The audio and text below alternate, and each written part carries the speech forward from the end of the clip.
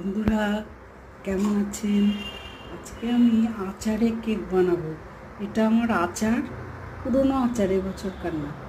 আর ওই জন্য একটু কালো কালো মতো হয়ে গেছে।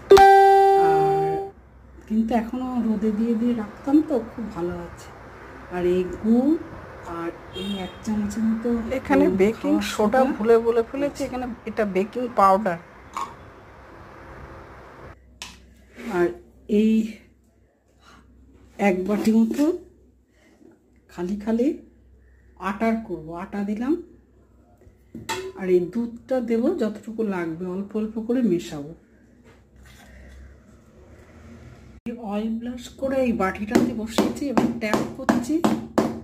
আর এদিকে নুনটা প্রিহিট করেছি, প্রিহিট হচ্ছে। আর এর উপরে বসাবো। আর এবার এটা ঢেকে দিচ্ছি। আচারে কেক তৈরি হয়ে গেছে। 1 কাপ আটা, 1 কাপ গুড়, 1/2 কাপ আচার, আর দুধ 1 কাপের মতো, আর বেকিং পাউডার 1 চামচ।